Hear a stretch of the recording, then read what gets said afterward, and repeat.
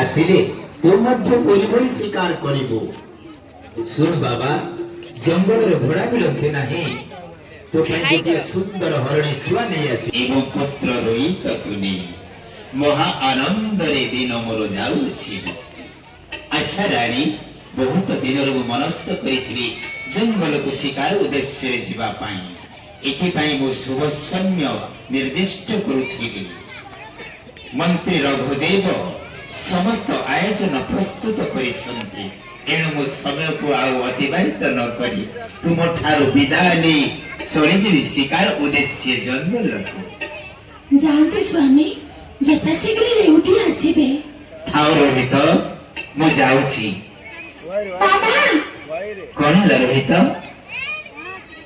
ବାବା, ମୋ ପାଇଁ ଗୋଟିଏ ଜଙ୍ଗଲର ସୁନ୍ଦର ଘୋଡ଼ାଟିଏ ନେଇ ଆସିବେ ନା?